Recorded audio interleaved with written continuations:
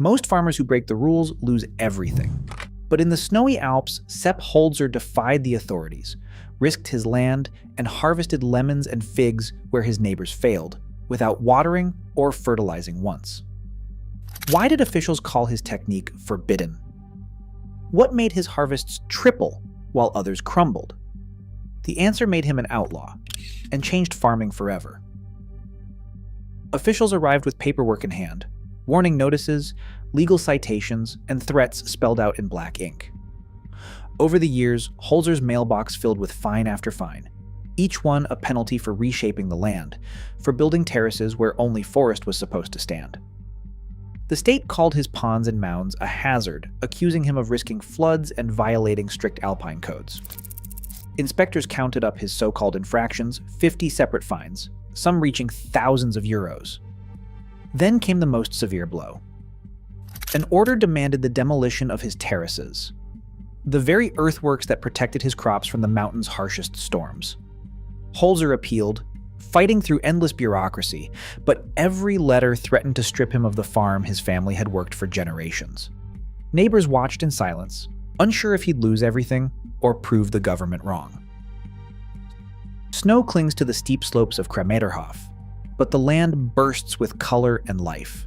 Lemon trees heavy with fruit bend under their own weight, while ripe figs and clusters of grapes spill from tangled vines. In the heart of winter, citrus blossoms open against a backdrop of frost.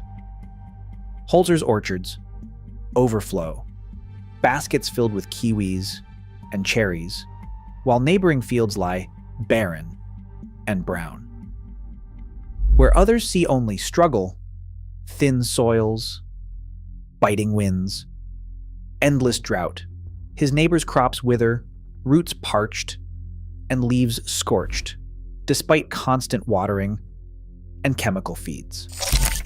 Yet here, without irrigation or fertilizer, subtropical fruit grows in defiance of the climate. The difference is impossible to ignore.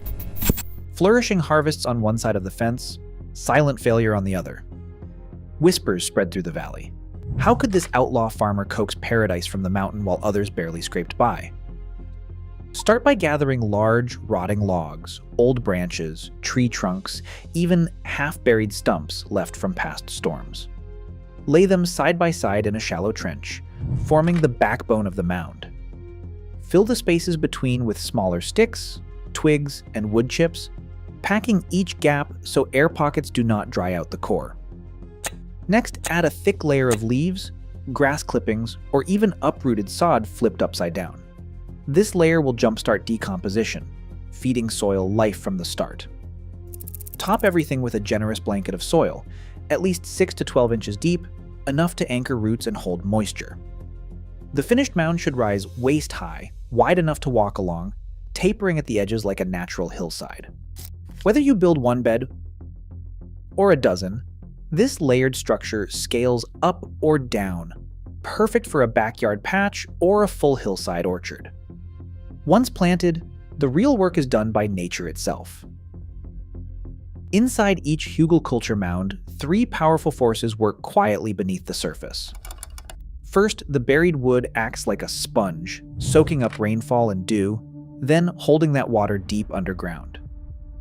Even during the hottest summer, roots can tap into this hidden reservoir, because wood can store up to 5 times its own weight in water, keeping plants alive through drought without a hose in sight.